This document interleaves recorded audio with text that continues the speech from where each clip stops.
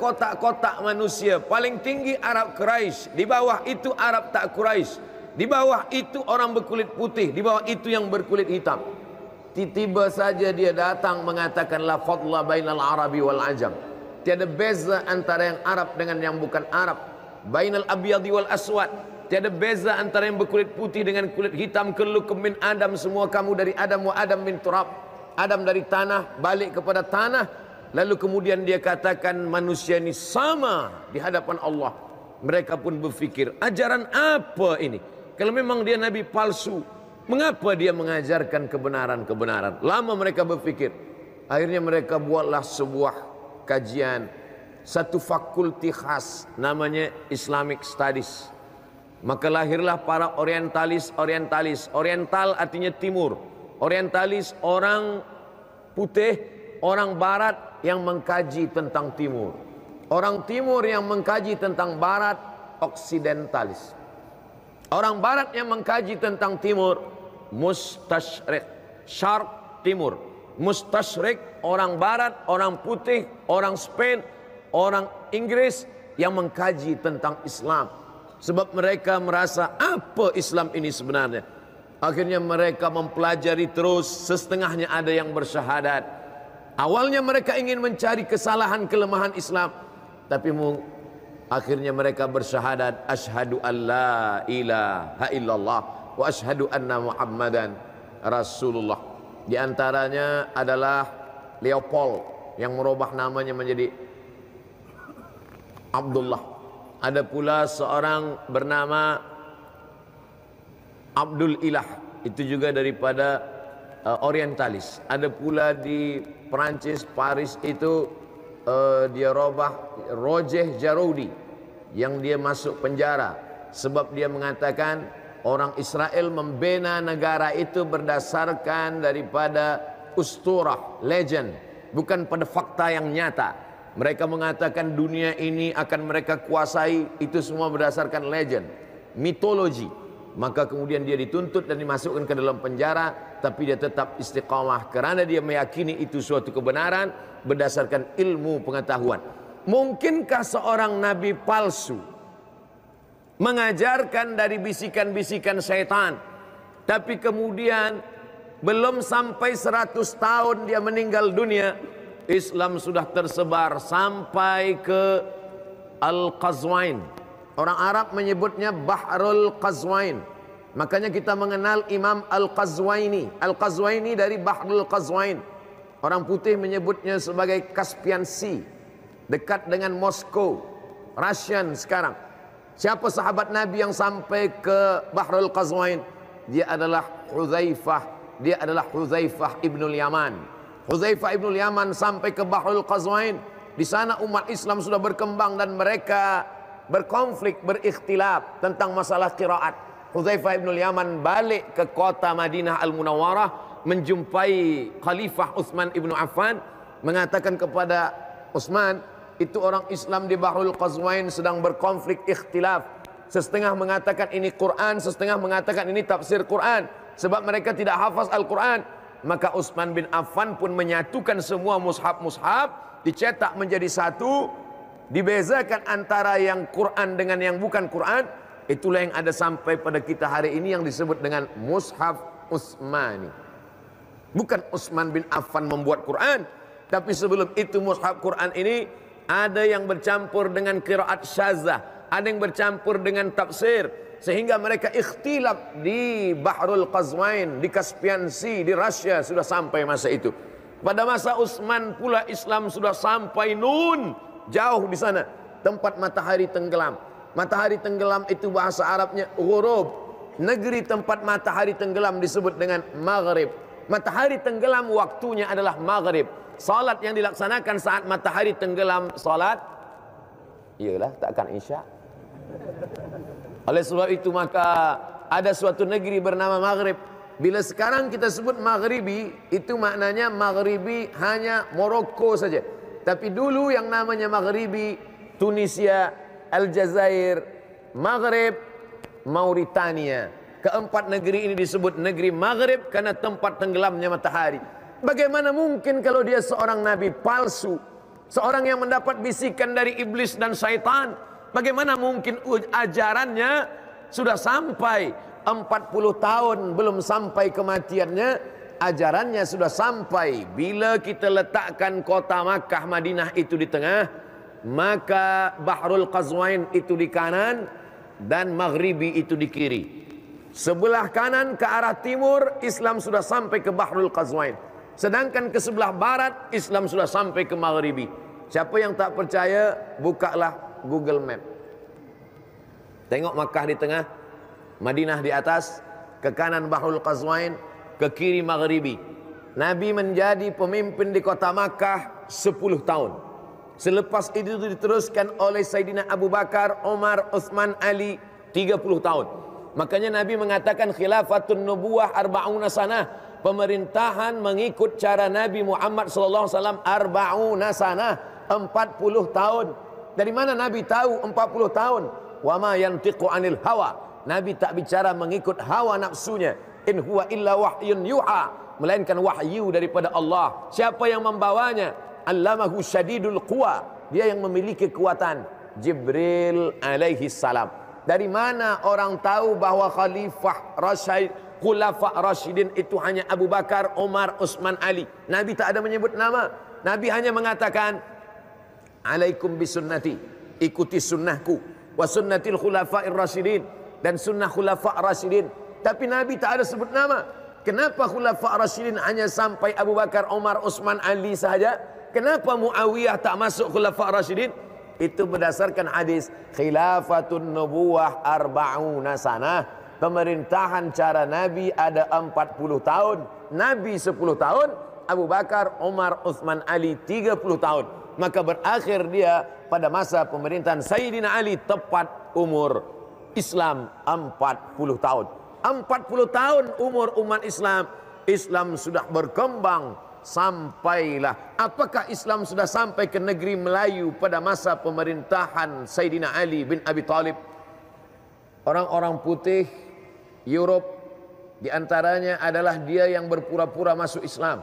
Pergi dia ke kota Makkah Al-Mukarramah. Dia bersahabat baik dengan Imam Masjidil Haram, namanya Syekh Ahmad Khatib Al-Minkabawi. Dia bersahabat baik juga dengan Syekh Nawawi Al-Bantani. Dia bertukar pikiran, dia belajar bagaimana Nusantara, bagaimana orang di Semenanjung Melayu, bagaimana orang di Sumatera, bagaimana orang di Jawa. Pura-pura masuk Islam. 6 bulan dia di Makkah Al-Mukarramah. Rupanya nama dia pun dia ubah menjadi Abdul Ghafur. Selepas itu dia pun masuk ke Aceh. Dialah Snok Hor Gronj, murtad. Pada akhir hayatnya dia kembali pada agama yang lama. Maknanya dia masuk Islam hanya ingin merosakkan Islam dari dalam. Sebab Islam ini kalau dirosakkan dari luar, umat Islam dia pantang bila berjumpa dengan musuh. Umat Islam tak pernah mencari musuh, tapi bila nampak musuh dia akan bersatu, dia akan bersama melawan satu musuh. Maka Islam tidak akan dirosak dari luar, dia akan masuk ke dalam Islam, pura-pura menjadi orang yang alim belajar Islam. 6 bulan lamanya di Makkah, menguasai Al-Quran dan Sunnah. Tapi kemudian dia membangkitkan konflik ikhtilaf antar mazhab-mazhab fiqh. Lalu kemudian datang ke negeri Nusantara merusakkan Islam. Dialah yang mengatakan Islam datang pada abad ke-7. Maknanya apa? Bila Islam datang pada abad ke-7 Hijrah, maknanya Islam baru sampai ke Nusantara 700 tahun sesudah Nabi Muhammad sallallahu alaihi wasallam meninggal. Wa makaru wa makarallah. Mereka ingin membuat tipu daya, wa makarallah. Allah balas tipu daya mereka. Apa yang dilakukan Allah Subhanahu wa taala? Dijumpailah batu nisan di pantai selatan, di pantai timur Sumatera. Negeri itu bernama Barus.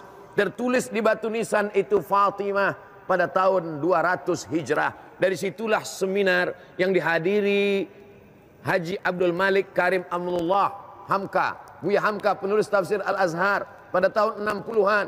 Mereka menghasilkan sebuah seminar. Umat Islam menyatakan bahwa Islam sudah sampai ke Sumatera pada tahun 200 Hijrah selepas Nabi Muhammad SAW meninggal. Kalau begitu pada tahun 200 Hijrah itu pada masa siapa? Pada masa Imam Syafi'i. Karena Imam Syafi'i pindah dari Baghdad ke Kufah sampai ke Mesir pada tahun 200 dan meninggal tahun 204. Masa Imam Syafi'i, Islam sudah sampai ke negeri Nusantara. Dari Aceh yang disebut Serambi Makkah ini, para ulama kemudian bertebaran ke penjuru Sumatera, ke Semenanjung Melayu, ke Kalimantan, Borneo, sampailah ke Papua. Saya sampai ke Papua, dibawa ke ketua suku namanya Raja Patipi. Saya diperlihatkan Quran yang terbuat dari kulit kayu. Sampul covernya terbuat dari kulit rusa. Lalu kemudian ditunjukkan pada saya tanya, "Wahai Tuan Raja Patipi, ini Quran ini dari mana?" Kata Raja Patipi, "Ini Quran datang dari Samudra Pasai." Samudra Pasai adalah Aceh, tempat pertama orang Arab melabuhkan bahtera perahunya ketika mereka menjijakkan kaki. Tapi baru ada kerajaan Islam pada masa seorang bernama Meraselu. Meraselu tidak Islam. Suatu malam dia bermimpi, datanglah seorang yang bersorban putih, memakai pakaian putih. Tiba-tiba saja orang itu meludah ke mulutnya. Dan manakala dia terjaga, dia boleh membaca Al-Quran. Dia adalah Meraselu yang berubah nama menjadi Al-Malikul Saleh. Al-Malik artinya raja, Saleh raja yang saleh pada abad ke-12 Masehi. Lalu kemudian orang mengatakan, maka pada abad ke-12 Masehi Miladiah itulah Islam sampai. Tidak, karena tak mungkin orang tiba-tiba saja membina sebuah kerajaan Islam. Islam datang dulu, Islam datang mengislamkan suku-suku, mengislamkan masyarakat. Selepas itu barulah Islam punya kerajaan Islam yang tertua. Oleh sebab itu apa maknanya? Mereka katakan Islam ini datang lambat, supaya kita berpikir bahwa kita mundur karena Islam datang terlambat. Sebenarnya Islam datang lebih awal daripada yang dikatakan oleh mustasyriqin orientalis, mereka yang belajar tentang Islam. Khalifah yang paling berhasil mensejahterakan umat adalah bernama Umar bin Abdul Aziz. Meninggal 101. Mudah saja nak mengingat dia. 101 dia meninggal. Apa yang terjadi pada Umar bin Abdul Aziz? Umar bin Abdul Aziz menantang, memberikan cabaran. Siapa yang boleh berjalan kaki dari San'a ke Darul Bayda mencari fakir miskin untuk berikan zakat, pergilah cari, kata Umar bin Abdul Aziz. Hari ini bila kita hitung dari San'a ke Darul Bayda, Makkah di tengah, San'a di kanan, Darul Bayda di kiri. Asia Afrika, Darul Bayda Maghribi, San'a Yaman. Selepas Yaman, Saudi Arabia. Selepas Saudi Arabia, Jordan. Selepas Jordan, Suriah. Selepas itu, Palestin. Selepas itu, Mesir, Kahirah. Selepas Mesir, Libya, Tunisia, Aljazair, Maghribi. 10 negara yang dikuasai oleh Umar bin Abdul Aziz. Tidak ada satu fakir miskin pun. Hanya 2,5 tahun saja menjadi pemimpin umat Islam. Maka mereka pun berpikir, mungkinkah Nabi palsu? Mungkinkah ajaran yang dari bisikan iblis dan syaitan boleh mensejahterakan umat manusia? Dan pada masa seorang khalifah bernama Abu Ja'far Al-Mansur, Abu Ja'far Al-Mansur sangat cinta kepada ilmu pengetahuan. Maka dia kumpulkanlah para translator yang boleh mentranslate, menerjemahkan bahasa-bahasa Greek, Yunan ke dalam bahasa Arab. Dia buatlah sebuah lembaga bernama Darul Hikmah. Dar, rumah. Hikmah, ilmu pengetahuan. Darul Hikmah, rumah ilmu pengetahuan. Maka dari rumah ilmu pengetahuan inilah kitab-kitab dari Greek yang berbahasa Yunan, berbahasa Persia diterjemahkan ke dalam bahasa Arab. Akhirnya umat Islam tidak hanya ahli dalam bidang fiqh, bukan hanya pakar dalam bidang tafsir, tapi juga dalam satu hembusan nafasnya, dalam satu tazkirahnya, dia seorang ahli fiqh, tapi dia juga seorang filsuf yang sampai hari ini ada patung dia di Andalusia. Mereka menyebut dia Averroes, tapi sebenarnya dia adalah Ibnu Rushd. Ibnu Rushd mazhab dia Maliki. Tempat dia besar di Andalusia. Kitab fiqh dia 4 mazhab: Hanafi, Maliki, Syafi'i, Hambali. Kitab fiqh perbandingan mazhab yang paling tua yang sampai ke kita hari ini adalah Bidayatul Mujtahid wa Nihayatul Muqtasid, ditulis oleh Imam Ibn Rushd yang dikenal masyhur dengan Averroes. Kenapa orang Europe, Spain, Andalusia, Spanyol, kenapa mereka membuat patungnya?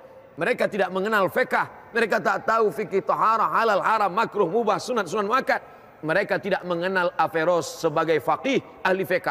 tapi mereka mengenal Ibn Rushd sebagai seorang filosof yang dari mulutnya fasih. Dia berbicara tentang Demokritos, Thales, Aristoteles. Dia berbicara tentang para pakar-pakar, ahli-ahli dalam bidang falsafah. Itulah Islam. Maka mereka pun berpikir hari ini, mungkinkah ajaran yang agung dan mulia, yang hebat, yang mulia ini dilahirkan oleh seorang nabi palsu yang keluar dari kepala orang yang dapat bisikan dari syaitan? Maka malu-malu mereka masuk Islam. Ada yang juga yang tidak masuk Islam karena kepentingan, karena uang, karena politik. Tapi insya Allah kita doakan semua yang mencaci maki Islam, dia akan mendapatkan hidayah. Allahumma hdi qaumana fa innahum la ya'lamun. Bila mereka menulis buku, Masya Allah, tabarakallah, Karen Armstrong menulis buku History of God, sejarah Tuhan, bestseller. Dia tulis sejarah dari mulai Tuhan Yahudi, Tuhan Nasrani, sampai kepada Islam. Lalu kemudian karena dia tertarik dengan Nabi Muhammad sallallahu alaihi wasallam, dia tulis History of Prophet Muhammad, peace be upon him, sejarah Nabi Muhammad sallallahu alaihi wasallam. Buku dia bestseller. Semua orang suka sebab dia menulis bukan kerana dia Islam, bukan kerana dia umat Muhammad sallallahu alaihi wasallam. Kalaulah yang menulis tentang sejarah Nabi itu adalah Abdul Samad, lalu kemudian dia puji-puji Nabi, orang akan berkata apologi. Tentulah Abdul Samad memuji Nabi sebab dia nak dapat syafaat Nabi. Kenapa Abdul Samad memuji-muji Nabi? Sebab dia nak mencari perhatian Nabi, dia ingin mendapatkan syafaat Nabi, dia ingin masuk surga bersama Nabi. Tapi ini orang yang tidak mengenal Nabi, dia baca tentang Nabi, dia buatkan sejarah tentang Nabi, lalu kemudian dia pun berbangga bercerita tentang Nabi. Apakah dia percaya kepada Nabi? Sampai hari ini mulutnya tidak pernah berkata aku meyakini Muhammad itu utusan Allah, tapi mungkin dalam hatinya. Cuma yang jadi masalah dalam Ahlus Sunnah wal Jamaah, iman baru diakui kalau ada tiga. Yang pertama at-tasdiqu bil qalbi, hati mesti yakin. Tapi yakin di hati saja tak diterima, mesti dilafalkan di mulut. Maka dia mesti bersyahadat asyhadu an la ilaha illallah wa asyhadu anna Muhammadan Rasulullah. Innal kalama la fil fuadi, sesungguhnya kalimah itu letaknya bukan di mulut tapi dalam hati. Ju'ilal lisanu 'alal fuadi dalila, diciptakan Allah lisan, lidah, untuk mengucapkan apa yang ada di dalam hati. Orang yang hanya dalam hatinya, tidak mau dia ucapkan di mulutnya, tidak diterima Islamnya. Orang yang mengucapkan syahadat di mulutnya, tapi lain hatinya, lain di bibir, lain di hati. Bukan judul lagu. Orang yang lain di mulutnya, lain di hatinya, maka mereka adalah munafik. Orang munafik tidak hanya masuk neraka. Innal munafiqina fid darkil asfali minan nar. Orang munafik letaknya keraknya neraka. Bila ada orang bertanya, Ustaz Somad, orang munafik masuk neraka tak? Tidak, tapi dia di keraknya. Lebih panas lagi daripada neraka. Kalau neraka itu berpintu-pintu dari bawah hingga ke atas, apinya dari bawah, maka orang munafik letaknya paling bawah. Kalau ada orang berkata, aku beriman kepada Allah, percaya kepada Muhammad Rasul utusan Allah, yakin hatinya, tapi dia tak mau beramal. Salat tidak, puasa tidak, tapi dia yakin Allah itu Tuhan, Muhammad itu Rasul Allah, tapi dia tak mau salat, tak puasa, maka dia fasik. Orang yang mengaku di mulutnya, yakin di hatinya, tapi tidak beramal, fasik. Orang yang yakin di hatinya tapi mulutnya tidak mau berkata, kafir. Orang yang berkata di mulutnya tapi hatinya tidak, munafik. Tiga. Maka ini mesti kita bezakan. Adapun orang yang fasik, Wallahu la yahdil qaumal fasiqin. Allah tidak memberikan hidayah kepada orang-orang yang fasik. Mudah-mudahan Allah selamatkan kita daripada fasik dan munafik. Kita termasuk orang yang beriman insyaallah. Nah, selepas kita berbicara tentang kekaguman orang putih, kekaguman orang mustasyrik terhadap Islam yang begitu hebat, apa dasar Islam ini? Sebab kita ingin membina masyarakat yang sejahtera seperti yang dibina oleh Sayyidina Maulana Muhammad sallallahu alaihi wasallam. Yang pertama, islahul fardi, memperbaiki diri dulu. Sebab kita tidak mungkin memperbaiki orang banyak, memperbaiki bangsa sebelum dirinya baik. Aslih nafsaka, perbaiki dirimu, yasluh lakan nas, orang lain akan menjadi baik. Maka Nabi sallallahu alaihi wasallam selama 10 tahun, 13 tahun di kota Makkah Al-Mukarramah itu memperbaiki islahul fardi, tentang kebaikan diri personal, individual, manusia sendiri-sendiri ini diperbaiki. Dalam hatinya ada mengakui bahwa pokok kayu ini mendatangkan manfaat. bahwa dalam hatinya meyakini bahwa burung ini mendatangkan manfaat dan menolak mudayarat, maka Nabi mengajarkan man tatayyara falaysa minna. Siapa yang percaya kepada burung, maka dia bukan golongan umat Muhammad sallallahu alaihi wasallam. Mereka bila ingin pergi, dia ambil batu. Bila dia ingin pergi berniaga ke negeri Syam atau ke Yaman, dia ambil batu. Kemudian dia tengok burung di atas pokok kayu, lalu dia halau burung itu, dia lempar pakai batu. Kalau burung itu terbang ke arah Syam, Syam sebelah kiri, artinya sial. Orang Malaysia sebut sial juga, tak beruntung. Kalau burung itu terbang ke arah kanan, Yaman, Yaman artinya beruntung. Maka tengok dulu, kemana burung ini terbang. Kalau pergi ke arah kiri, Syam. Macam mana, awak pergi niaga tak? Tak, saya tidur je lah, sebab tak ada untung. Kalau dia terbang ke arah Yaman, ke arah kanan, dia akan pergi. Maka Nabi SAW memperbaiki akidah ini, man tatayyara falaysa minna. Siapa yang percaya kepada burung, maka dia bukan umat Muhammad SAW. Kita diajarkan, rezeki kita diatur oleh Allah. Kita berusaha, sebelum berangkat kita salat safar 2 rakaat, berdoa kepada Allah. Selepas itu dia langkahkan kaki, bismillahi tawakkaltu ala Allah, la haula wala quwata illa billah. Islam mengajarkan rezeki milik Allah. Wa ma min dabbatin fil ardi illa 'ala Allah rizquha. Semua yang melata, yang merayap di atas muka bumi ini, rezekinya dijamin Allah Subhanahu wa taala. Tapi ayat ini setengah orang bila tidak dia fahami tafsirnya dengan baik, ini juga boleh membuat orang malas bekerja. Saya tidak ingin tazkirah tausiah saya ini didengar sepotong-sepotong, sekerat-sekerat. Yang mengantuk-mengantuk, cuba buka mata baik-baik. Saya takut ayat ini dia dengar setengah-setengah, esok pagi dia tertidur. Manakala dia dijagakan, awak tak pergi ke office. Wa ma min dabbatin fil ardi illa 'ala Allah rizquha. Semuanya sudah ditulis Allah Subhanahu wa taala. Maka ini perlu diluruskan pemahaman. Islam datang menghilangkan khurafat, menghilangkan takhayul. Takhayul diambil dari kata khayal. Khayal maknanya illusion. Orang berpikir tidak kepada fakta, lebih kepada khayalan-khayalan dia. Maka Islam melarang itu semua. Islam meyakini bahwa dia berbuat kerana Allah Subhanahu wa taala. Ya ayyuhallazina amanu, wahai orang beriman, innamal khamru, sesungguhnya khamar, wal maisir, judi, wal ansab, menyembelih binatang untuk berhala. Wahai pokok kayu, wahai gunung, wahai berhala, terimalah kurbanku ini. Maka wal ansab dilarang dalam Islam. Wal azlam, dia ambil anak panah. Azlam, anak panah 3 buah. Anak panah 3 buah dimasukkan ke dalam tabung bulat di dalam Kaabah. Dia putar, dia pusing. Selepas dia goncang, selepas itu dia pejamkan mata, dia ambil. Anak panah ada 3, dia tulis na'am, la, kosong, tak ada tulisan apa-apa. Bila dia ingin pergi, bila dia ingin menikah, bila dia ingin berusaha, bila dia ingin membuat kebun, maka yang pertama dia lakukan, dia guncang azlam ini. Selepas itu dia ambil. Kalau tertulis di anak panah yang dia ambil itu tertulis na'am, maka dia pun tanam. Aku esok bertanam korma atau tidak? Bila dia guncang, dia ambil tulis na'am, dia tanam.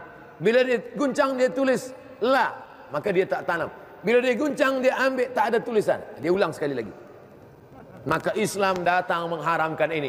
Innamal khamru khamar, wal maisir judi, wal ansab, menyembelih binatang untuk berhala, wal azlam, rijsun, najis, min amali syaitan, perbuatan syaitan. Fajtanibuh, jauhilah ini semua. Islahul far, memperbaiki individu muslim, memperbaiki syakhsiah kepribadian seorang muslim, berawal dari akidah. Sebelum kita berbicara bagaimana penyebaran Islam sampai ke Rom, Islam sampai ke Spain, Islam sampai ke Andalusia, berbicara dulu pribadi seorang muslim, mesti diluruskan keyakinannya. Kalaulah keyakinan ini rosak, maka hancurlah semuanya. Makanya Nabi dikatakan Allah Subhanahu wa taala, la in asyrakta, kalau kau sekutukan aku dengan yang lain, la yahbatanna amaluka, maka semua amalmu gugur, tak ada nilai amalmu di hadapan Allah. Makanya kita berkata, usalli fardal isya'i 4 raka'atin adaan ma'muman lillahi ta'ala. Nawaitu sama ghadin an ada'i fardhi syahri Ramadan hadhihi sanati lillahi ta'ala. Umrah dan haji, labbaik Allahumma labbaik, labbaik la syarika laka labbaik. Islam adalah agama yang berani mengatakan tidak. Masuk Islam bukan berani mengatakan iya. Semua orang boleh mengatakan iya. Tapi Islam berani mengatakan tidak. La ilaha, tiada kuasa, tiada kuasa burung-burung, tiada kuasa pokok kayu. Bila pokok kayu ini ditanam, maka akan mendatangkan keberuntungan. Bila pokok kayu ini ditanam, maka akan mendatangkan kesialan. Bila pokok kayu ini ditanam, maka akan memurahkan rezeki. Maka Islam melarang itu semua. Diajarkanlah dalam Asmaul Husna, War Razzaq, dia yang memberikan rezeki. Wal Fattah, dia yang membukakan pintu-pintu rezeki. Makanya walillahil asmaul husna, Allah memberi nama-namanya Asmaul Husna, fad'uhu biha, panggillah dia dengan nama-nama itu. Itu bukan setakat lagu yang dinyanyikan orang Melayu, ya Rahman, ya Rahim, ya Malik, ya Qudus, ya Salam, ya Mu'min, ya Muhaimin. Di balik nama-nama itu ada makna-makna. Di balik nama-nama Asmaul Husna itu ada nama-nama yang mulia.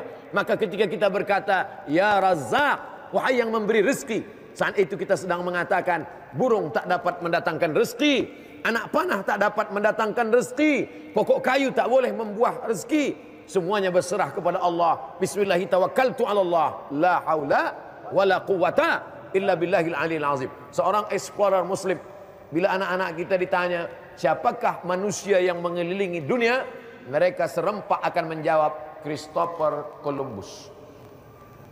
Yang sampai ke Sumatera, yang sampai ke Semenanjung Melaya, yang sampai ke negeri Melayu Nusantara, seorang yang datang dari Maghribi, makamnya sampai hari ini masih ada lagi di Tonjah. Dia bernama Ibnu Battuta. Perjalanan dia ditulis dalam kitab 2 juzuk. Nama kitabnya Rihlah Ibnu Battuta, Explorer, perjalanan dunia Ibnu Battuta. Ibnu Battuta sebelum dia pergi berkeliling dunia, dia pergi ke Makkah dulu. Dia tawaf, selepas tawaf dia sa'i, selepas sa'i dia tahallul, barulah dia melangkahkan kaki. Selepas itu dia tulis semua. Dia bercerita tentang aku bertemu dengan seorang sultan. Mereka menggunakan jubah warna hijau dan putih. Raja-rajanya menunggang gajah, menaiki kuda. Aku melihat istana mereka yang begitu megah. Negeri itu bernama Sumatera. Dia bercerita tentang negeri-negeri kerajaan-kerajaan Melayu yang ada di Nusantara. Apa maknanya? Bahwa orang Islam sudah berkeliling dunia.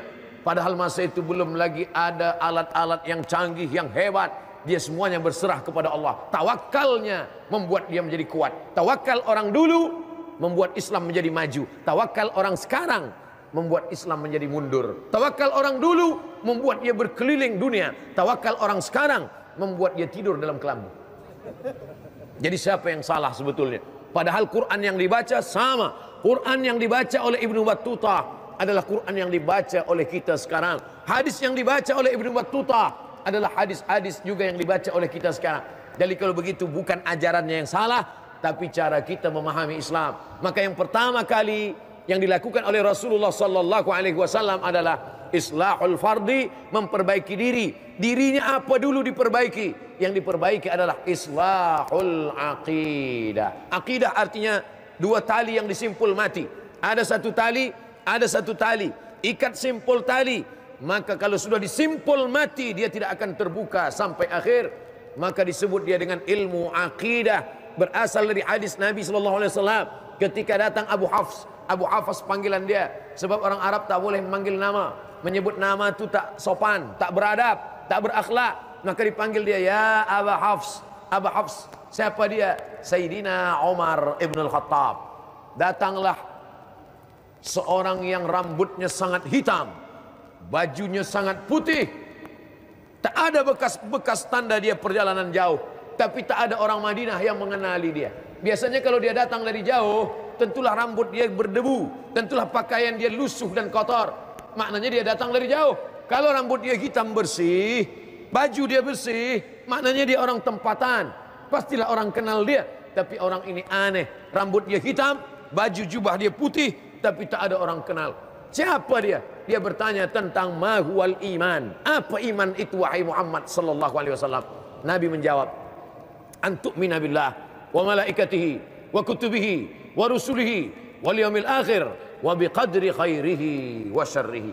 Hari ini masih ada umat Islam yang percaya, menggantungkan akidahnya, keyakinan, nasibnya, nyawanya, menggantungkan rezekinya kepada benda. maka sesungguhnya rosaklah la ilaha illallah. Sebab dia ketika berkata la ilaha, tak ada pokok kayu. La ilaha, tak ada batang anak panah. La ilaha, tak ada kuasa jin, hantu dan setan. La ilaha. Sampai hari ini masih ada orang Islam yang meminta kepada benda, yang minta kepada batu. Saya membawa jamaah dulu masa saya belajar 20 tahun yang lalu. Tahun 2000 saya pergi haji dari Kaherah sampai ke Makkah, membawa jamaah pergi tawaf, pergi sa'i, pergi tahalul, pergi belanja shopping juga. Pergi mencari-cari batu. Boleh bawakan saya ke tempat jual batu, saya tunjukkan batu, dari yang batu kecil 1 rial hingga yang sebesar telur angsa. Saya tunjukkan semua. Selepas itu saya tunjukkan batu kecil, dia tak beli, batu besar dia tak beli, batu sedang dia tak beli. Selepas itu saya pun malu pada yang penjual, saya nak balik. Selepas itu dia tanya, ada tak batu yang boleh melariskan niaga? Manusia sekarang tak menyembah batu, tapi dia masih percaya bahwa batu ada kekuatan, bahwa batu ada khasiat. Maka dalam Islam kita diajarkan bagaimana Umar ibn al-Khattab ketika akan mencium Hajar Aswad. Apa kata Umar bin Khattab? Ya Hajar, wahai batu, innaka la tanfa' wa la tadur. Engkau tak dapat mendatangkan manfaat, engkau pun tak dapat menolak mudarat. Laula Muhammadun qabbalaka ma qabbaltuka. Kalaulah bukan kerana Muhammad sallallahu alaihi wasallam yang mencium engkau, maka aku pun tak mahu mencium engkau. Ustaz Somad bercerita tentang batu, tapi dia guna batu cincin juga.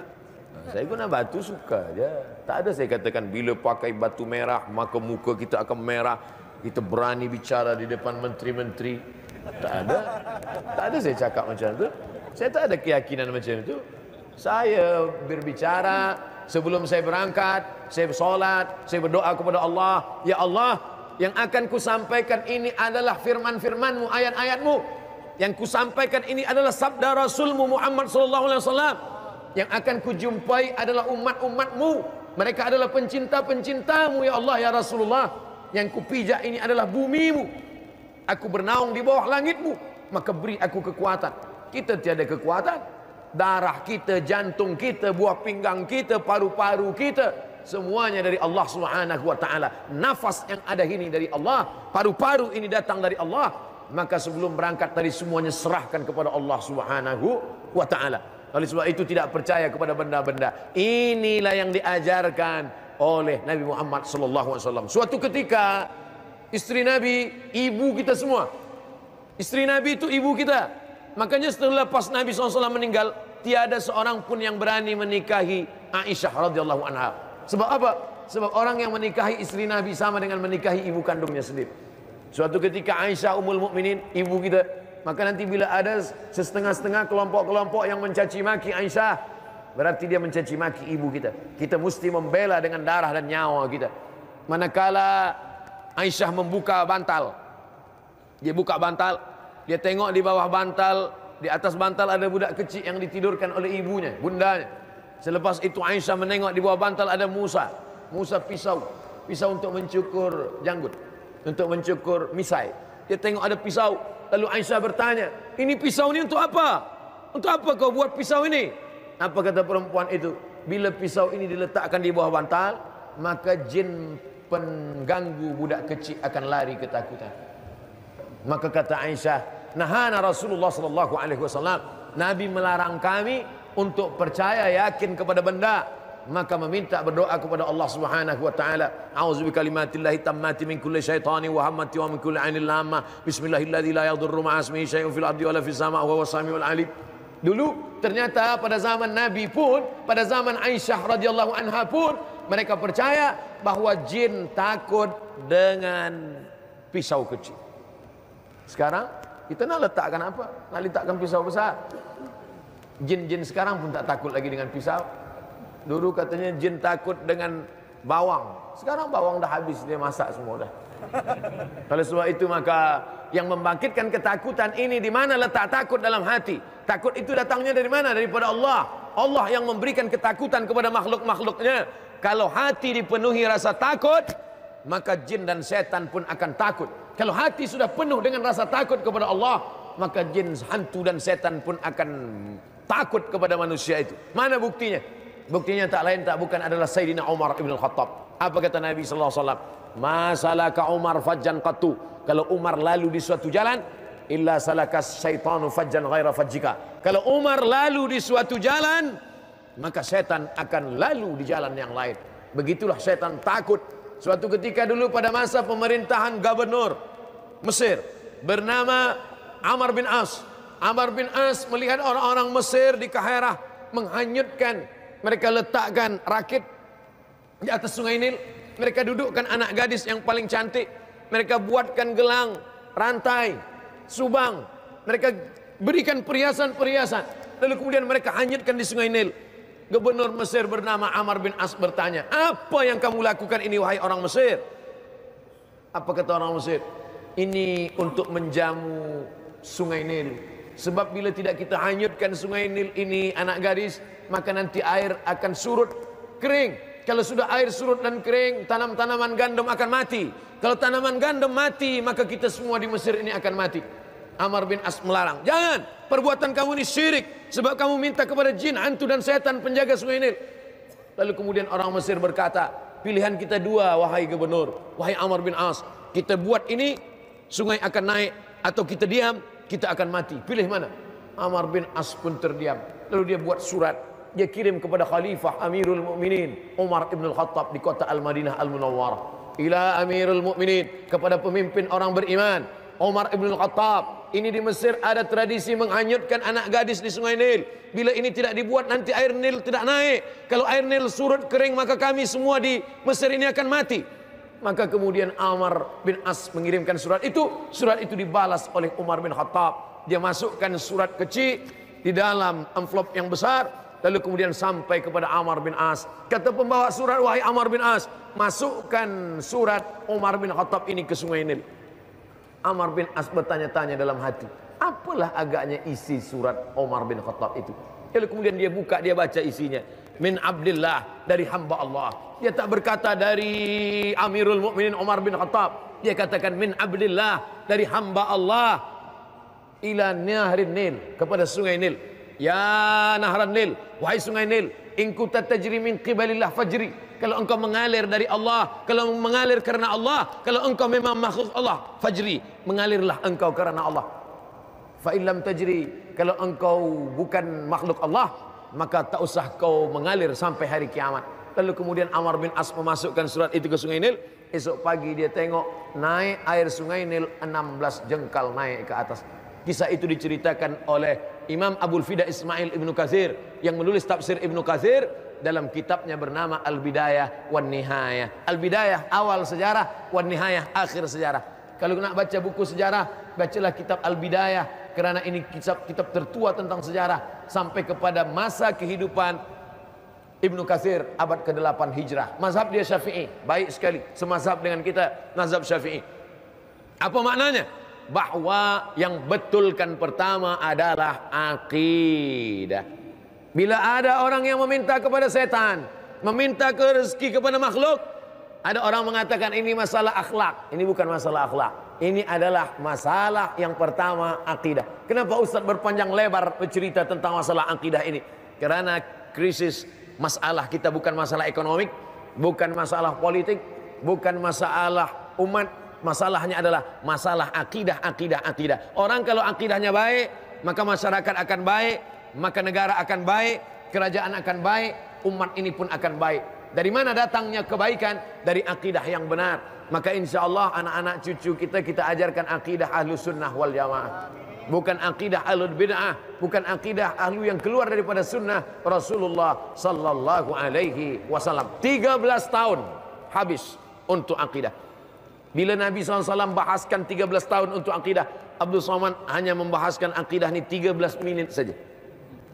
Apa yang Ustaz pandang dari tadi ke bawah? Saya pandang jam supaya waktu tak habis. Saya start tadi dari pukul 9.30, insya Allah finish berakhir 10.30. Pertama, akidah. Selepas akidahnya baik, barulah ibadah. Maka Nabi SAW bercerita tentang haji. Bila haji? Haji bukan di Makkah. Haji nanti di kota Al-Madinah Al-Munawwarah. Bila haji diwajibkan? Tahun ke-6. Haji diwajibkan tahun ke-6. Tapi Nabi baru melaksanakan ibadah haji tahun 10. Oh, kalau begitu boleh haji ini kita tunda. Nabi dulu, kita sekarang jangan. Man lahu sa'atun, siapa yang punya rezeki tapi dia tak nak pergi haji, mata mitatan jahiliyah, matinya mati jahiliyah. Mudah-mudahan tuan-tuan yang sudah ada kemampuan berangkat, kita doakan bersama pergi haji insyaallah. Walillahi 'alan nasi hajjul bait. Allah mewajibkan haji. Puasa, apakah mereka dulu di kota Makkah Al-Mukarramah ada puasa? Tak ada puasa. Bila puasa ini diwajibkan? Ya ayyuhalladzina amanu kutiba alaikumusshiyam kama kutiba alal ladzina min qablikum la'allakum tattaqun. Tahun kedua hijrah barulah ada puasa. Bayar zakat, selama di Makkah tak ada mereka bayar zakat. Bila mereka baru bayar zakat? Setelah di kota Al-Madinah Al-Munawwarah. Maka bila ada jamaah kita, jiran kita, sahabat kita, satu office dengan kita, dia tak pernah bayar zakat. Awak kenapa tak bayar zakat? Saya belum hijrah lagi. Dia masih masa Makkah lagi. Maka tak ada alasan. Sebab kita bukan hidup pada zaman Nabi, kita hidup selepas Nabi. Maka kita tetap melaksanakan bayar zakat, kita tetap melaksanakan salat. Tapi salat sudah ada di Makkah, Ustaz Abdul Samad. Betul. Tapi ingat, Isra Mi'raj, ada yang mengatakan tahun 10, ada yang mengatakan 2 tahun sebelum hijrah. Apa maknanya? Tetap dulu akidah. Kenapa disebut dia tauhid? Satu. Wahid, satu. Wahid, mensatukan. Sebab mereka dulu Tuhannya banyak. Lata, Uzza, Manat, Hubal, Jibti, Tagut, Naham. Datanglah Islam berkata, Qul huwallahu ahad. Makanya ketika Bilal bin Rabah ditimpa perutnya dengan batu, dibuka bajunya, kulitnya yang tipis ini kena ke pasir Makkah yang amat sangat panas. Apa yang keluar dari mulutnya? Ahad, ahad, ahad, ahad. Esa, tunggal, tak berbilang. Lau kana fihi ma'alihatun illallah. Seandainya di dunia ini ada Tuhan selain Allah, la fasadata. Sudah lama alam ini hancur. Karena kata Tuhan ini begini, kata Tuhan ini begini. Sedangkan sesama kita aja berkelahi hancur dunia, apalagi kalau Tuhan berkelahi. Maka Islam mengajarkan qul huwallahu ahad, Allahus samad. Bukan samad ini. Ini Abdus Samad. Abdu hamba. Samad Allah, Abdus Samad ini hamba Allah. Sebab yang kita ini semua bukan hamba harta, bukan hamba kuasa, bukan hamba dunia. Kita ini adalah hamba Allah Subhanahu wa taala. Nabi Isa berkata, "Inni abdullah." Aku ini hamba Allah, atani alkitab. Allah memberi aku alkitab, Injil. Lalu kemudian kita pun juga mengatakan kita ini hamba Allah. Nabi Muhammad sallallahu alaihi wasallam hamba Allah. Subhanalladzi asra bi'abdihi. Dia memperjalankan hambanya. Yang boleh berjalan Isra Mi'raj, yang boleh salat, hanyalah orang yang sudah menghambakan dirinya kepada Allah. Bukan menghambakan dirinya pada pokok kayu, bukan menghambakan dirinya pada emas, bukan menghambakan dirinya pada cincin batu, tapi menghambakan diri kepada Allah. Maka dialah yang punya kuasa. Allah akan berikan dia kuasa untuk menebarkan kedamaian di atas muka dunia. Yang pertama kali adalah akidah. Setelah itu barulah ibadahnya baik. Alladzina yuqimunas shalah. Mereka yang menegakkan salat, mereka yang melaksanakan salat. Tapi baca pangkal ayatnya, walladzina yu'minuna bil ghaib. Percaya kepada yang gaib. Malaikat yang mencatat, malaikat yang menulis, malaikat yang mencatat amal kita, gaib. Yang sudah pernah menengok malaikat, coba angkat tangan. Tak ada yang pernah menengok malaikat. Sedangkan Umar bin Khattab, manakala datang Jibril alaihissalam bertanya kepada Nabi tentang iman, tentang Islam, tentang ihsan. Selepas itu Umar pergi. Selepas itu orang yang bertanya tadi pergi. Nabi bertanya kepada sahabat, wahai para sahabat, ya, kamu tahu tak siapa tadi yang datang itu? Tidak. Umar bin Khattab, ya, kamu tahu tadi siapa yang bertanya tadi? Tidak. Sahabat Nabi tak tahu itu malaikat. Tapi sekarang banyak pula orang yang mengaku berjumpa dengan malaikat. Masya Allah, tabarakallah. Umar bin Khattab tak tahu bahwa yang datang itu Jibril. Sampai Nabi Muhammad memberitahu. Apa kata Nabi SAW? Atakum Jibril yu'allimukum dinakum. Yang datang tadi kepada kamu adalah Jibril, membetulkan agama kamu. Setelah baik akidah, baik ibadah, automatically orang yang baik akidahnya, baik ibadahnya, maka akan baik akhlaknya. Mencari menantu lelaki baik akidah, baik ibadah, baik akhlak. Itu kata Nabi SAW, idza ja'akum man tardawna dinahu, kalau datang meminang anak kamu suka pada agamanya. Agama maksudnya sini adalah akidahnya, ibadahnya. Wa khuluqahu, akhlaknya. Fazawwijuhu. Adapun harta akan datang. Harta akan datang. Kau cari dunia, akhirat tak akan singgah. Tapi kalau kau cari akidah yang benar, kau cari ibadah yang betul, kau cari akhlak yang benar, dunia akan bersimpuh di bawah tapak kakimu. Percaya tak percaya, sudah saya sampaikan. Itulah letaknya iman. Bila benda itu ada, nampak, kita percaya, itu bukan iman. Percayakah Ustaz Abdul Samad bahwa air itu ada? Percaya. Dari mana Ustaz percaya? Mata saya melihatnya. Bukan iman. Itu percaya. Iman adalah meyakini bahwa masa depan kita tak tahu. Yang pemuda-pemudi hari ini dia tak tahu apa yang akan terjadi esok hari. Dalam surat Luqman dikatakan Allah di ujung-ujung surah, "Wa ma tadri nafsum madza taksibu ghada." Tak ada yang tahu apa yang terjadi esok pagi. Wa ma tadri nafsum bi ayyi ardin tamut. Tak ada yang tahu di bumi mana dia akan mati. Keyakinan kita tentang masa depan itu adalah iman. Setelah baik akidah, islahul akidah, baik ibadah, islahul ibadah, baik akhlaknya insyaallah. Mana contohnya? Malam ini saya sedang berhadapan dengan orang-orang yang baik akidahnya, baik ibadahnya, dan baik akhlaknya insyaallah. Yang tak baik ibadahnya ini siapa? Ustaz Somad berbicara di depan orang tua, bicara depan pemimpin, suaranya menggelegar. Kalau gitu kita lembutkan suara. Jamaah sekalian, marilah kita perbaiki hati. Jadi saya berbicara suara keras ini, dalam Al-Quran dilarang bersuara keras-keras. La tarfa'u aswatakum fawqa sautin nabi. Jangan kamu bersuara kuat-kuat di atas suara Nabi. Sekarang ayat itu ditulis di atas makam Nabi. La tarfa'u aswatakum fawqa sautin nabi. Jangan kamu bersuara kuat-kuat di atas suara Nabi. Ini suara Abdul Somad ini sudah berkali-kali lebih kuat daripada suara Nabi. Untuk apa? Bukan ada niat takbur, niat sombong, bukan. Ini semata-mata hanyalah untuk menyampaikan dakwah-dakwah. Banyak ustaz-ustaz lain badan dia tegap, muka dia tegap. Abdul Somad semua kecil, suara aja besar. Suara ini yang dipakai. Mudah-mudahan suara ini dapat menolong di hadapan Allah Subhanahu wa taala.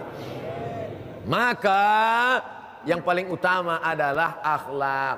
Innama bu'istu, aku diutus ke atas dunia ini liutammima makarimal akhlak, kesempurnaan akhlak, akhlakul karimah. Selepas baik islahul fardi, pribadi-pribadi syakhsiahnya, orang-orang yang sudah baik, baik akidahnya, baik ibadahnya, baik akhlaknya, barulah orang-orang baik tadi disatukan. Ada orang baik namanya Abu Bakar, ada orang baik namanya Umar, ada orang baik namanya Utsman, ada orang baik namanya Ali, ada orang baik namanya Hudzaifah ibn Yaman, ada orang baik namanya Abdullah bin Mas'ud, ada orang baik namanya Hamzah bin Abdul Muttalib, ada orang baik namanya Asma, ada orang baik namanya Zubair ibn Awam, ada orang baik namanya Sa'ad bin Abi Waqqas. Orang-orang baik ini mesti disatukan dalam sebuah community.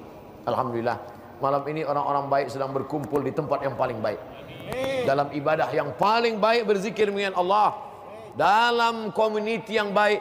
Makanya saya selalu mengajak, mari, banyak orang yang baik kalau sendirian, masa sendirian dia baik, tapi kemudian ketika bersama menyikut ke kiri, menyikut ke kanan, menanduk ke depan, menyipak ke belakang.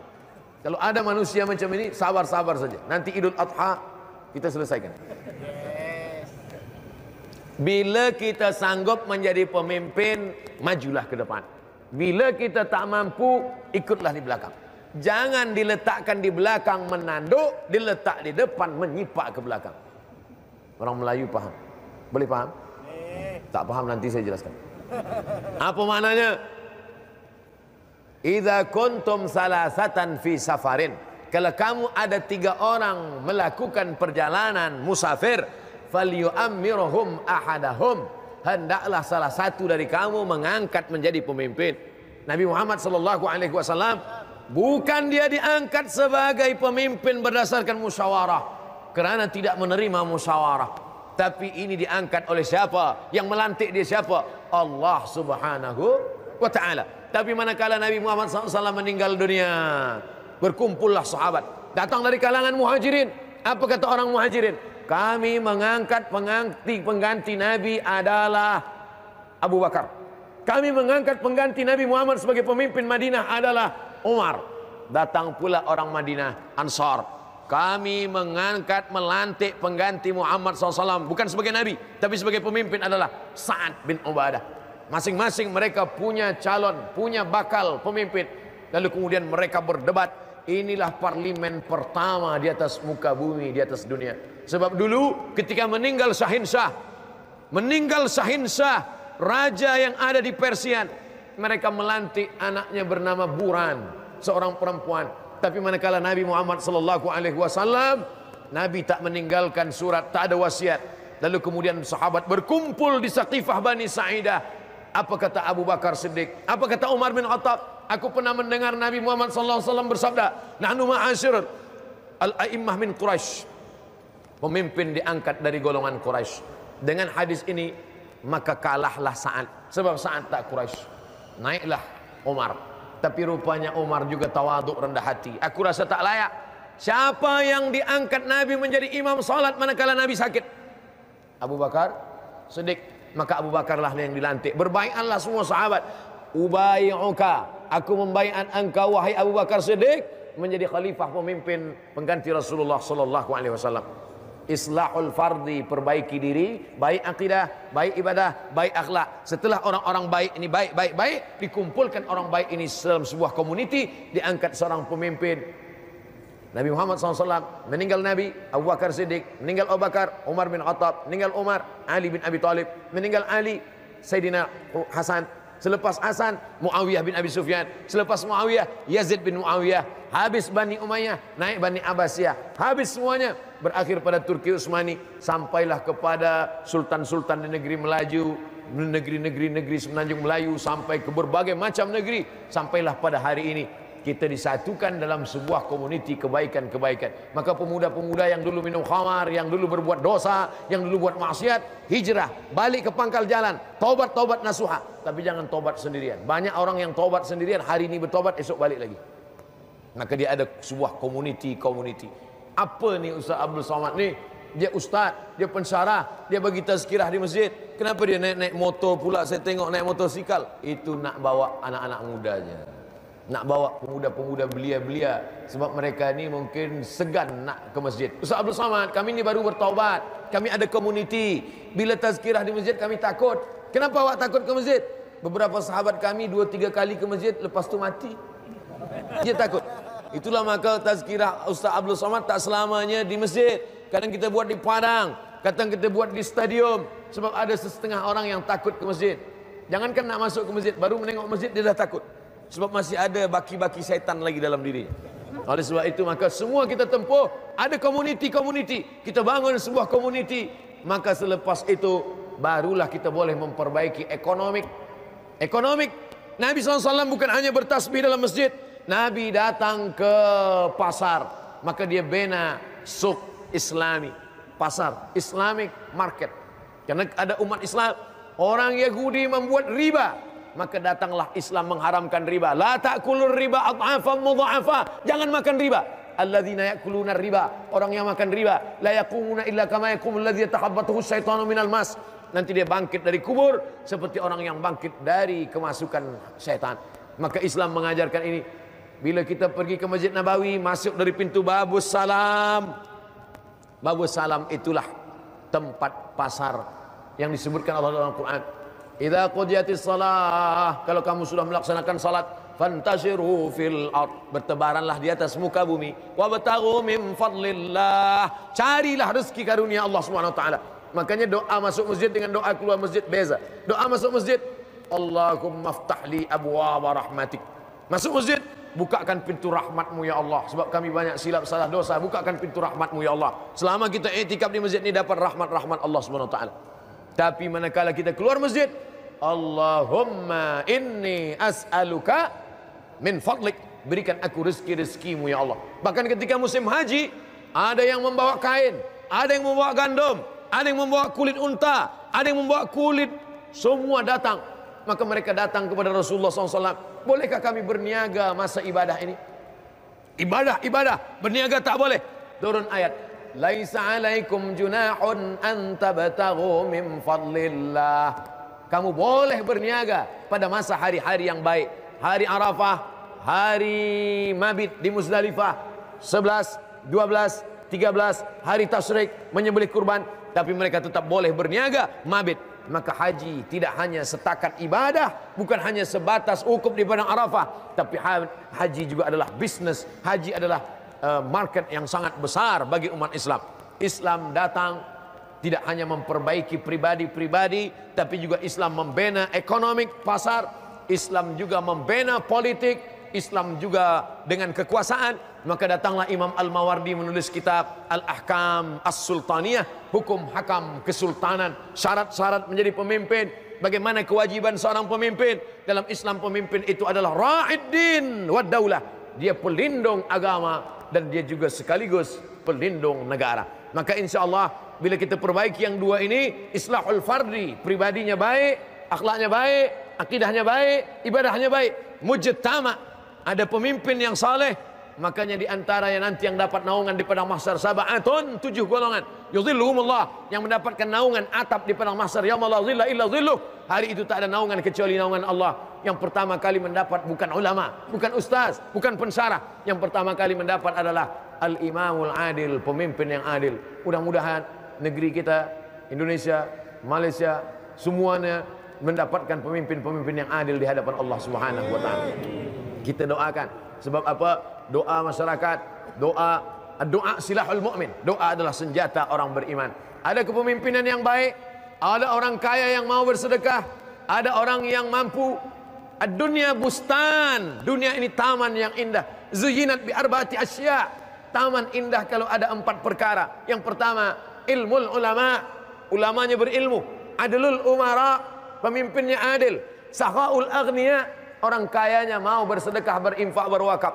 Da'watul fuqara, orang fakir miskinnya mau berdoa. Kalau ada 4 ini, maka insya Allah dunia ini akan menjadi indah dan kita akan hidup sejahtera. Fid dunya hasanah wa fil akhirati hasanah wa qina adzabannar. Itulah yang boleh dijelaskan oleh Al-Faqir Abdul Samad dalam waktu 60 menit ini. Berikut ini saya akan jawab soalan-soalan yang boleh saya jawab. Yang tak boleh saya jawab akan saya bawa balik dan saya akan jawab. Nanti akan diupload di channel Ustaz Abdul Samad Official. Subscribe, like and share. Assalamualaikum Ustaz, apa hukumnya kita sengaja menyakiti hati jiran tetangga? Bagaimana untuk kita menjaga silaturahim tanpa ada pergaduhan?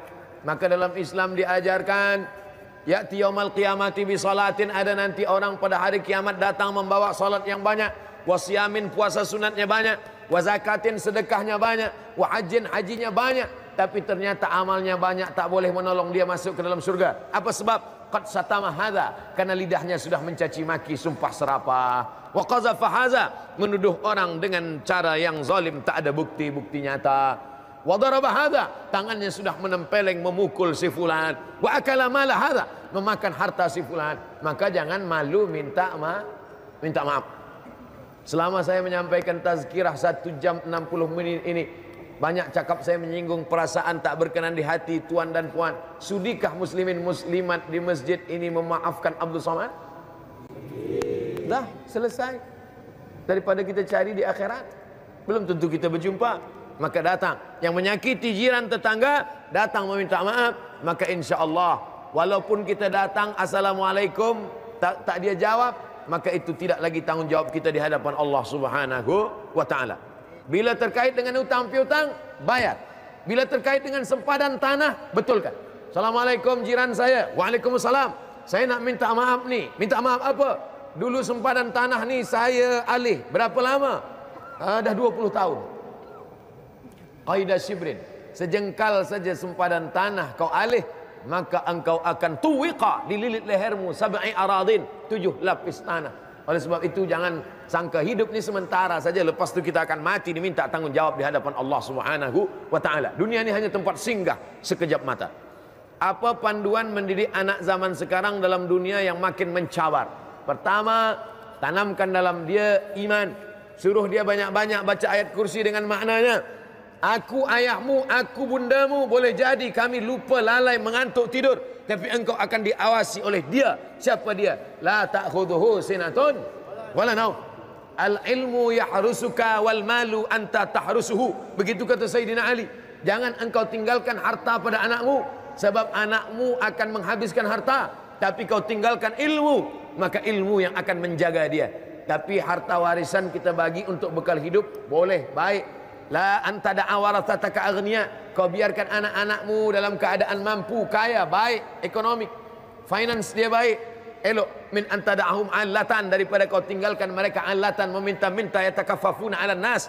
Tapi ingat, bekal yang paling baik adalah watazawwadu, tinggalkanlah bekal. Wa khairuz zadid taqwa, sebaik-baik bekal adalah takwa, takut kepada Allah. Masukkan anak ke sekolah tahfiz Al-Quran. Budak-budak yang dalam kepalanya ada Quran 1 juzuk, 5 juzuk, 10 juzuk, maka insya Allah subjek-subjek lain akan mudah ke kepala dia. Berapa banyak budak-budak yang hafiz Quran, tiada belajar biologi, fisika, tapi selepas dia hafiz Quran, dia belajar ini sebulan 2 bulan. Kenapa? Karena Allah berjanji dalam Al-Quran, wa nunazzilu minal Qur'ani ma huwa shifa. Quran ini kami turunkan sebagai penawar isi kepala dia. Wa idza quri'al Qur'an, kalau Quran dibacakan fastami'u, dengar baik-baik, wa ansitu la'allakum turhamun. Sedangkan mendengar bacaan Quran turun rahmat, apalagi Quran itu betul yang ada dalam kepala dia. Jangan takut anak penghafaz Quran, lepas itu dia akan tidak tahu pada subjek yang lain. Justru dengan menghafaz Quran itulah akan memudahkan dia untuk menguasai subjek-subjek yang lain. Imam Syafi'i hafaz Al-Quran, ulama-ulama dulu menghafaz Al-Quran. Apa hukumnya orang sering berbuat dosa tapi menyalahkan takdir? Dia minum khamar, selepas minum khamar ditangkap polis, dibawa kepada Khalifah Umar bin Khattab. Umar bin Khattab bertanya, kenapa kamu minum khamar? Aku minum khamar kerana takdir. Kata Umar bin Khattab, bagi dia hukum sebat, bonus tambahan. Pertama, dia berdosa sebab minum khamar. Yang kedua, dia berdosa sebab bicara takdir tanpa ilmu. Dalam hidup ini ada masanya kita tak boleh memilih, ada masanya kita boleh memilih. Al-insan bainal musayyar wal mukhayyar, manusia antara memilih dan dipilihkan. Saya menjadi orang Melayu, datang dari Pulau Sumatera, datang dari Riau, boleh memilih atau tak boleh? Saya ulang sekali lagi. Saya menjadi orang Melayu dari Pulau Sumatera, dari Riau. Itu dulu saya memilih atau tak milih? Tak milih. Tak ada malaikat datang, Abdul Somad, kau nak jadi Melayu mana? Tak ada. Itu tak boleh milih. Itu takdir. Kita tak boleh memilih.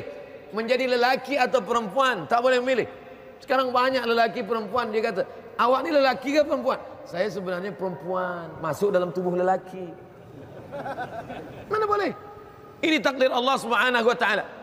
Menjadi orang mana takdir Allah.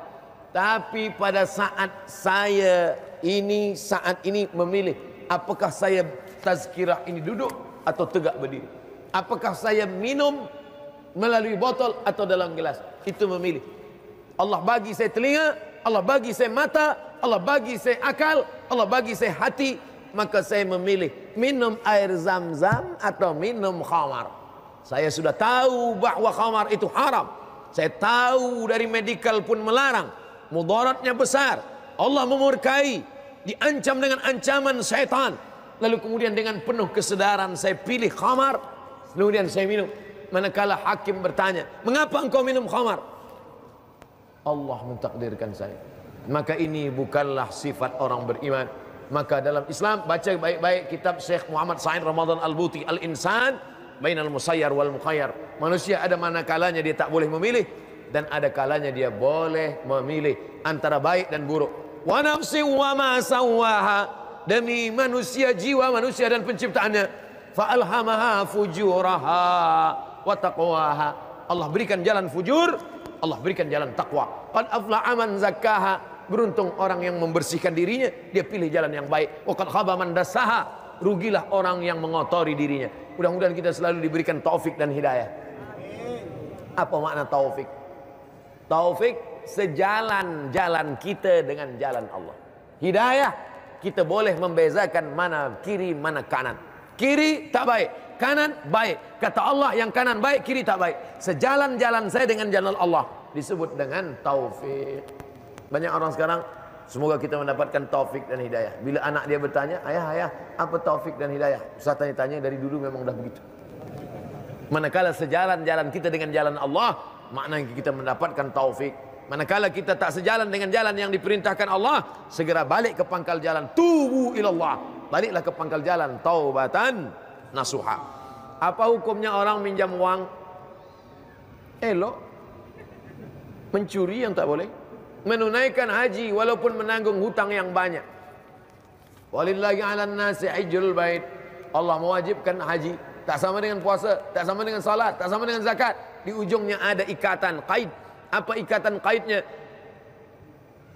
Man istata'a ilaihi sabila. Siapa yang mampu. Haji wajib, membayar hutang wajib. Apa beda wajib haji dengan wajib bayar hutang?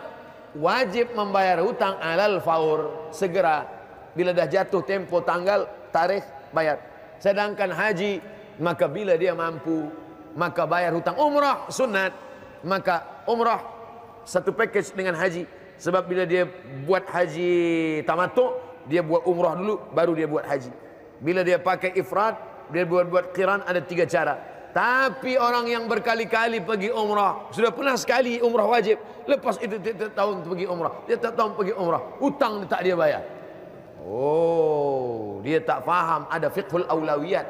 Mana yang amat sangat penting, mana yang sangat penting, mana yang penting, mana yang kurang penting, mana yang tak penting. Maka kedudukan yang paling penting.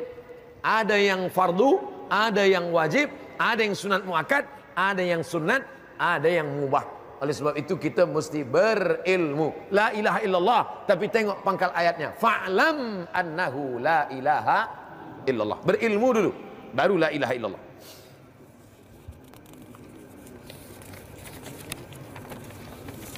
Apa pandangan Ustadz mengenai amalan berhutang? Zaman sekarang hutangnya keliling. Sekarang ni memang zaman kita ni zaman hutang. Semua hutang. Rumah hutang, kereta hutang. Satu-satunya yang cash bini dia saja. Andai mufti membolehkan bini hutang, mungkin dia, aku terima dengan mahal RM1.000 hutang, kata dia. Oleh sebab itu maka ayat yang paling panjang dalam Quran bukan ayat tentang haji, bukan ayat tentang puasa, bukan ayat tentang sembahyang. Al-Baqarah 282. Ya ayyuhalladzina amanu, wahai orang beriman, idza tadayantum bidainin ila ajalin musamma. Kalau kamu ada hutang piutang, saya dibayar sampai masa tarikh tertentu, faktubu, tulislah. Wal yaktub bainakum katibun bil adli. Hendaklah yang menulis itu seorang penulis yang adil. Wastashhidu syahidaini min rijalikum. Hendaklah bersaksi 2 orang lelaki. Illam yakuna rajulaini, kalau tidak ada 2 orang laki-laki, farajulun, 1 orang laki-laki, wa mura'atani, 2 orang perempuan. Antadilla ihdahuma, kalau yang satu lupa, fatudzakkira ihdahuma al-ukhra, yang lain mengingatkan. Kenapa sampai sedetail itu ayat ini? Kerana memang masalah hutang piutang ni banyak orang lupa. Kalau udah kena hutang, lupa. Yang lain ingat, makan ingat, tidur ingat, hutang lupa. Oleh sebab itu maka hutang piutang ni amat sangat kita mesti kena berhati-hati. Orang yang mati syahid, 4, tidak akan merasakan sakratul maut, tidak akan merasakan azab kubur, tidak akan merasakan hisab, terus masuk ke dalam surga. Ilat nain, kecuali yang dililit utang. Berapa banyak orang yang mati syahid diucapkan selamat engkau wahai syahid, kata Nabi tidak, sebab dia ada hutang. Oleh sebab itu yang ada hutang-hutang, bayarlah. Tapi tetap tengok juga tempoh waktu dia bila. Saya akan bayar hutang saya pada 02.02.2020 semalam. Itu satu hari. Mati hari ini, menggantung roh antara langit dan bumi, tak diterima Allah Subhanahu wa taala. Oleh sebab itu maka bayarlah hutang. Itulah tausiah kita. Masih ada waktu. Bila waktu habis bagi tahu. Apa hukumnya bermakrifat, berhakikat tanpa bersyariat? As-syari'atu bila haqiqatin batilah, wal haqiqatu bila syari'atin atilah. Orang yang bersyariat tanpa hakikat batal. Orang yang mengaku berhakikat tanpa bersyariat sia-sia. Oleh sebab itu tidak ada Nabi pernah berkata syariat hakikat saja. Hakikat hanya pejam mata, tak ada gerak. Awak kenapa tak sembahyang? Aku udah sampai sembahyang hakikat nih. Hakikat sembahyang itu kan ingat. Aqimis salata li dzikri. Dirikan salat dengan mengingat aku. Maka cukup dengan ingat. Oh, macam. Awak kenapa tak puasa? Nah, itu puasa orang syariat. Saya puasa hakikat nih. Kenapa awak tak pergi haji ke Makkah? Itu yang pusing-pusing di Ka'bah, tawaf sa'i itu orang syariat. Saya ini hakikatnya. Nanti bila makan, yang kasih dia makan. Awak tak makan? Saya nak syariat. Kalau memang betul semua hakikat, tak usahlah makan. Kenapa pada saat ini dia pilih syariat? Syariat ni cara, jalan. Maka dalam Islam tidak pernah Nabi meninggalkan syariat salat. Nabi disiram dengan air 5 ger qirbah. Qirbah itu kulit kambing yang dijahit diisi air. Manakala Nabi sakit, pengsan, disiram air. Terjaga Nabi. Manakala Nabi terjaga, apa yang dia minta? Salat. Terjaga Nabi, buka mata dia, diminta salat. Maka dipapah, digendong, kaki dia terjuntai di bawah. Fadl bin Abbas, Abdullah bin Abbas, Abbas bin Abdul Muttalib, Sayyidina Hasan, Sayyidina Husain, Sayyidina Ali membawa dia salat. Nabi yang Sayyidul Anbiya wal Mursalin tak meninggalkan salat. Hari ini ada orang mengaku sampai ke maqam ma'rifat, hakikat tak lagi salat. Tahu tak salat? Salat syariat hanya Ustaz Abdul Somad yang makamnya makam syariat. Aku ini dah sampai ke makam hakikat, menyatu dengan Allah. Oh, pada zaman dulu maka mufti mengeluarkan fatwa bahwa ini sudah mengeluarkan dia daripada ahlus sunnah wal jamaah. Dalam ahlus sunnah wal jamaah, akidahnya Asy'ari, fiqhnya Syafi'i, dengan tetap menghormati Hanafi, Maliki dan Hambali. Dan kalaupun dia bertasawuf, tasawufnya bukan tasawuf falsafi, tapi tasawufnya sunni, berpegang kepada Junaid al-Baghdadi, Abu Hamid al-Ghazali, Abul Hasan Asy-Syazili, Bahauddin Naqsyabandi.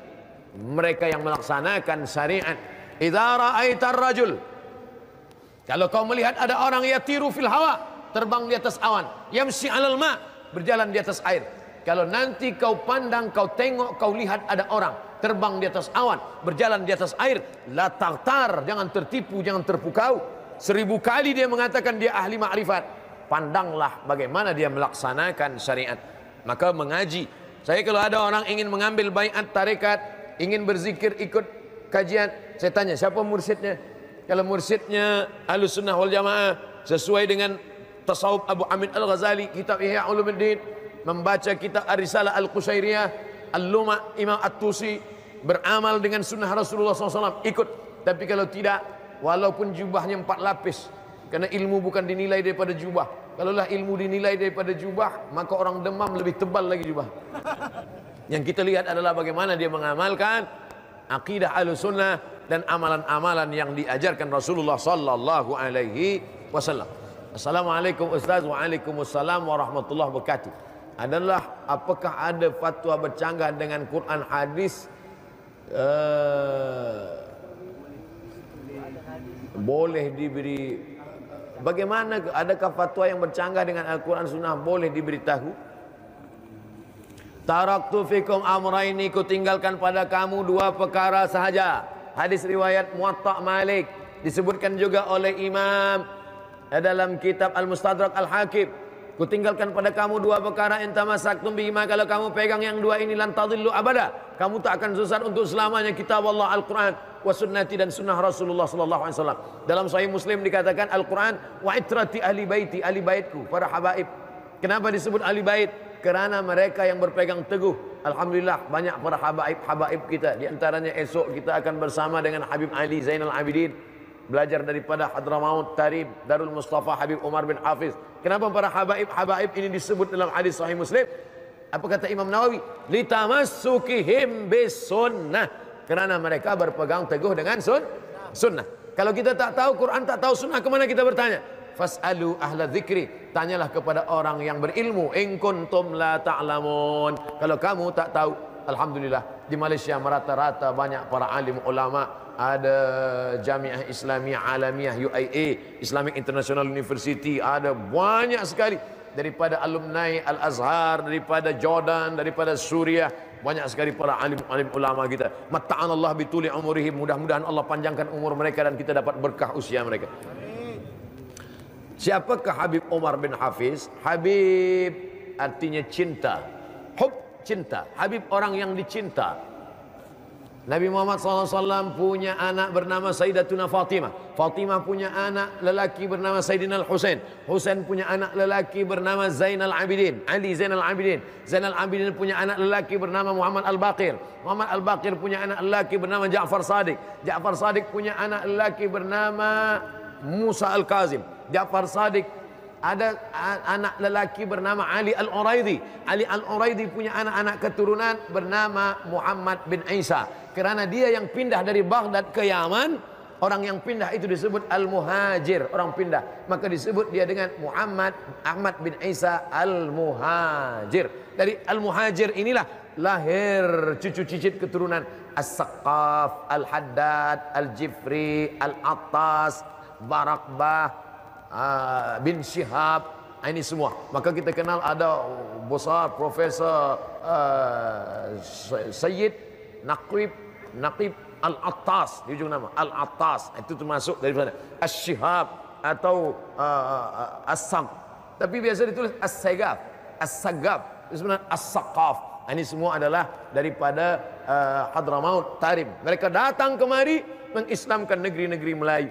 Mereka menjadi ulama, bahkan menikah dengan kerabat. Kemudian sebagian mereka menjadi sultan di beberapa kawasan daerah. Maka mereka ini adalah keturunan zuriat Rasulullah SAW. Dan hari ini di antara yang masyhur di antara mereka adalah Al-Habib Umar bin Hafiz, pengasas Darul Mustafa Hadramaut Tarim. Murid-murid mereka ini yang datang. Di antara murid mereka yang sampai kemari adalah Al-Habib Ali Zainal Abidin. Banyaklah ikut tazkirah, ambil manfaat daripada habaib Ahlus Sunnah wal Jamaah.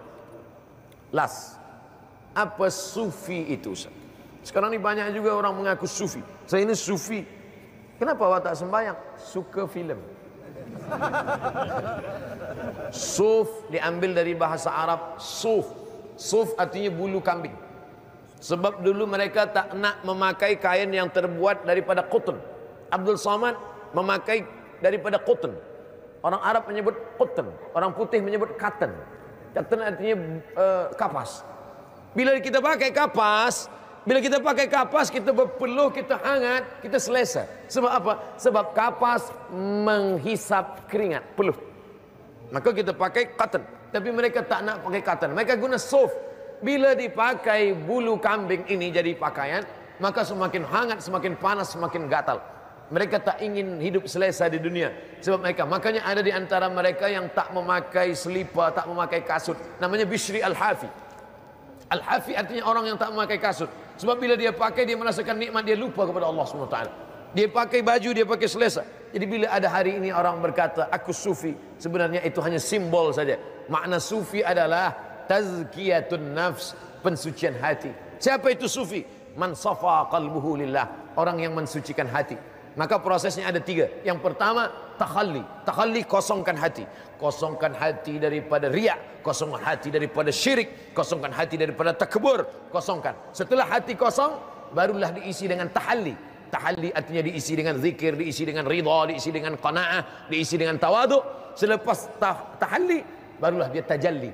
Tajalli bukan lagi usaha kita, tapi hadiah daripada Allah Subhanahu wa taala. Hati itu seperti cawan. Hati ini seperti cawan. Cawan tidak boleh diisi air Zam-Zam. Sebab bila cawan diisi dengan air Zam-Zam, dia akan bercampur, hilang khasiat dia.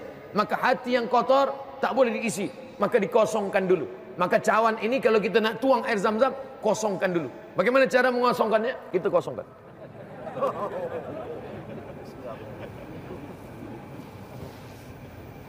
Kosonglah dia. Selepas dia kosong daripada takbur, daripada syirik, daripada hasad, daripada busuk hati, itu yang dibahaskan dalam kitab Ar-Risalah Al-Qushairiyah, itu yang dibahaskan dalam kitab Qud Al-Qulub Abu Talib Al-Makki, itu yang dibahaskan dalam kitab Ihya Ulumuddin, mensucikan hati. Setelah hati suci bersih, barulah tahalli, dituangkan air Zam-Zam. Tak pula ada air Zam-Zam. Selepas berisi air Zam-Zam, barulah tajalli, diminumlah air Zam-Zam. Selepas diminum air Zam-Zam, barulah kita merasakan. Rasa itu bahasa Arabnya zauk. Maka ilmu ini disebut dengan ilmu zauk. Lam ya'rif man lam yaduk. Orang yang tak pernah merasakannya, maka dia tak boleh menceritakannya. Maka banyak orang Selepas itu dia merasakan itu hubungan dia dengan Allah Subhanahu wa taala. Jadi intinya kita sucikan saja hati. Perintah Allah Subhanahu wa taala, qad aflaha man zakkaha. Beruntunglah orang yang mensucikan hati. Mudah-mudahan kita termasuk orang yang suci hatinya insyaallah. Mari kita sama berdoa, mudah-mudahan Allah mensucikan kita zahir dan batin. Ala hadhihi niyah wa kulli niyatin salihah. Al-Fatihah.